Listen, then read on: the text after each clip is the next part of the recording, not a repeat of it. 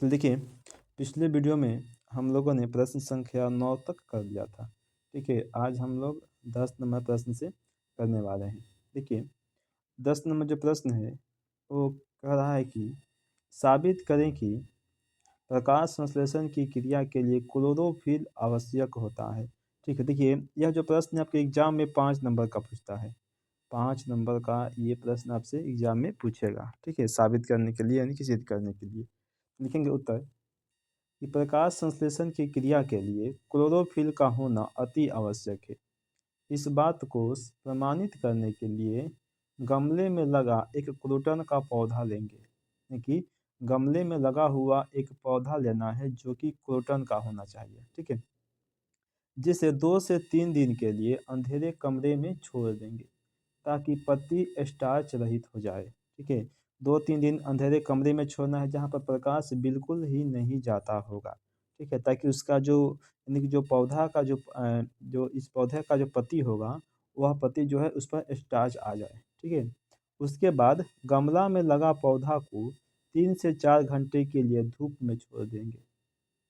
उसके बाद यानी कि 2-3 दिन अंधेरे कमरे में रखने के बाद जब निकालेंगे तो उस पौधे को 3 से 4 घंटे के लिए हम धूप में रखेंगे ताकि ठीक है, उसके बाद पत्ती को तोड़कर यहाँ छोड़कर यहाँ पर तोड़कर ठीक है, पत्ती को तोड़कर एल्कोहल से भरे परखनली में डालकर उबाल देते हैं। ठीक है, यानी कि जब उस पत्ती को तोड़ना है और तोड़ने के बाद उस पत्ती को एल्कोहल में डालना है और उसको उबाल देना है। ठीक है,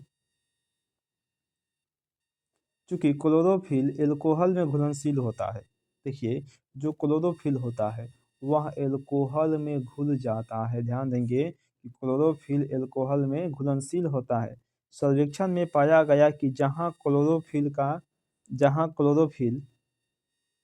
पे देखिए, जहाँ क्लोरोफिल था, यहाँ पर होगा था। ठीक है, जहाँ क्लोरोफिल था वहाँ का रंग काला काला नीला, यहाँ पर होगा नीला, काला नीला, और जहाँ क्लोरोफिल नहीं था वहाँ का रंग सफ़ेद हो गया। इस प्रयोग से पता चलता है कि प्रकाश संश्लेषण के लिए क्लोरोफिल क्या है कि अति आवश्यक होता है।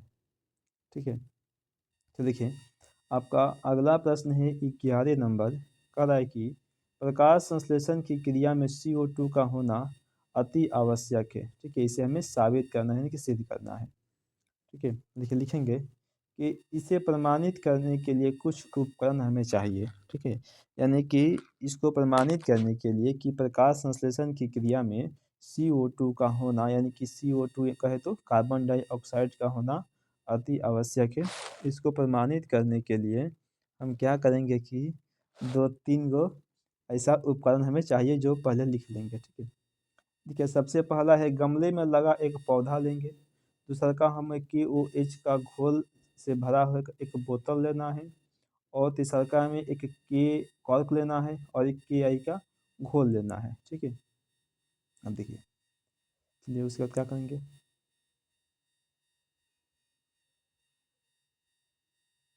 देखिए अब यहाँ से विधि चालू करते हैं हम, है कि विधि लिखेंगे। गमले में लगे पौधे को 48 से 36 से 48 घंटे यानी कि वही 2 से 3 दिन अंधेरे में रखते हैं, यानी कि अंधेरे कमरे में रखते हैं। हरी पत्ती को चौड़े मुंह की बोतल में कॉर्क के बीच इस प्रकार लगाते हैं कि पत्ती का आधा भाग KOH युक्त बोतल के अंदर रहे। बोतल के मुंह पर ग्रीस लगाकर वायु रुद्ध कर देते हैं, है कि और उस जो बोतल है उस बोतल के मुंह पर क्या करते हैं, ग्रीस लगा देते हैं। और ग्रीस लगाकर उसको वायु रुद्ध कर देते हैं, यानी कि उसमें हवा जो है ना अंदर आए और ना ही बाहर जाए। कुछ समय के लिए धूप में रखते हैं। उसके बाद पत्ती को तोड़कर पानी में उबाल कर एल्कोहल से धोकर पत्ती को तोड़ना है। उसके बाद पानी में उबालना है और उबालने के बाद हमें एल्कोहल से धोना है। ठीक है, उस पर KI यानी पोटेशियम का घोल डालते हैं। सर्वेक्षण में पाया गया कि पत्ती का अग्रभाग यानी कि आगे वाला भाग जो बोतल में था वह पीला हो जाता है तथा शेष भाग नीला हो जाता है, यानी कि जो बोतल में नहीं था। ठीक है, अतः इस प्रयोग से यह सिद्ध होता है कि प्रकाश संश्लेषण की क्रिया में CO2 का होना क्या है कि आवश्यक है। CO2 यानी कि कार्बन डाइऑक्साइड का होना अति आवश्यक है। देखिए एक और प्रश्न है 12 नंबर का है कि एक प्रयोग द्वारा प्रमाणित करें कि प्रकाश संश्लेषण की क्रिया में ऑक्सीजन गैस यानी कि O2 गैस मुक्त होता है। ठीक है, कह कि यह हमें सिद्ध करना है, प्रमाणित करके दिखाना है कि प्रकाश संश्लेषण जो क्रिया होता है इस क्रिया में O2 गैस O2 यानी कि ऑक्सीजन गैस मुक्त होता है, निकलता है बाहर। चल लिखेंगे उत्तर में। देखिए उत्तर में क्या करेंगे, लिखेंगे प्रकाश संश्लेषण की क्रिया में ऑक्सीजन गैस मुक्त होती है, इसके लिए आवश्यक सामग्री क्या क्या है। पहला है बीकर, दूसरा का प्रखनली, तीसरा का जलीय पौधा, चौथा कीप लेना है और पांचवा सोडियम बाइकार्बोनेट। ठीक है, इतना चीज़ें हमें लेनी है। चलिए उसके बाद क्या करेंगे, सिद्धांत लिखेंगे इसका। ठीक है, इसका सिद्धांत क्या है लिखेंगे, प्रकाश संश्लेषण एक जैव रासायनिक प्रक्रिया होती है जिसमें पौधा सूर्य के प्रकाश की उपस्थिति में CO2 यानी कार्बन डाइऑक्साइड और जल के सहयोग से ग्लूकोज का निर्माण करता है। ठीक है, अब इसका कार्य या फिर क्रिया विधि क्या है वो देख लेते हैं। देखिए वो हो जाए आपका, बीकर में 2/3 भाग जल लेना है हमें। एक जो बीकर है उस बीकर में 2/3 भाग, ठीक है, जल लेना है। हाइड्रा के पौधे को पानी में डालकर कीप से ढक देंगे। एक हमें हाइड्रा का पौधा लेना है और उस पौधे को पानी में हमें डालना है और पानी में डालने के बाद उसको अच्छे से कीप की सहायता से ऊपर से ढक देंगे। ठीक है, उसको लिख देखिए 3 नंबर की अब कीप को जल से भरे प्रखनली की सहायता से सावधानी पूर्वक ढक देंगे।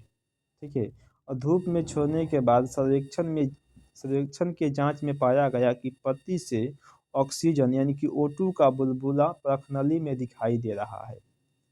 ठीक है, अतः इस प्रयोग से यह सिद्ध होता है कि प्रकाश संश्लेषण की क्रिया में ऑक्सीजन गैस यानी कि O2 गैस मुक्त होता है, बाहर निकलता है। तो देखिए अगला प्रश्न है आपका, कह रहा है कि स्वपोषी पोषण तथा विषम पोषी पोषण में अंतर लिखें, क्या अंतर होता है। ठीक है, ये आपका 2 नंबर का पूछेगा एग्जाम में, 2 नंबर का यह प्रश्न पूछता है हमेशा और पूछेगा। देखिए प्रश्न है स्वपोषी और विषम पोषी। स्वपोषी लिखेंगे यह केवल हरे पेड़ पौधों में होता है। इसमें होगा पहला कि यह हरे पेड़ पौधों के अलावा सभी जीवों में होता है। ठीक है, जो विषम पोषी होता है लेकिन इसमें यह अपने भोजन खुद बना लेता है, क्योंकि जो स्वपोषी होता है वह अपना खाना खुद से बना लेता है और यह अपने भोजन के लिए दूसरों पर निर्भर रहता है। ठीक है, देखिए इसमें लिखेंगे 3 नंबर कि भोजन इसमें भोजन की पाचन की आवश्यकता नहीं होती है। ठीक है, लेकिन इसमें भोजन की पाचन की आवश्यकता होती है। उसके बाद लिखेंगे इसमें 4 नंबर कि इसके लिए सूर्य प्रकाश CO2 H2O आवश्यक होता है। ठीक है, किसके लिए, स्वपोषी के लिए। लेकिन विषम पोषी के लिए इसके लिए सूर्य प्रकाश और CO2 आवश्यक नहीं होता है। ठीक है, लेकिन मानव जो है, अब मानव के लिए सूर्य का प्रकाश नहीं रहेगा तब भी वो जीवित रह सकता है। अगर उसको CO2 कार्बन डाइऑक्साइड नहीं मिलेगा तभी भी जीवित रह सकता है, क्योंकि इसको CO2 की आवश्यकता नहीं है, केवल O2 की आवश्यकता है यानी कि ऑक्सीजन की आवश्यकता है। लेकिन पेड़ पौधों को CO2 की आवश्यकता होती है। ठीक है, चल देखिए अगला प्रश्न है आपका 14 में, कहता है कि जंतुओं में पोषण कितने चरणों में संपन्न होता है। ठीक है, लिखेंगे उत्तर कि जंतुओं में पोषण कई चरणों में संपन्न होता है।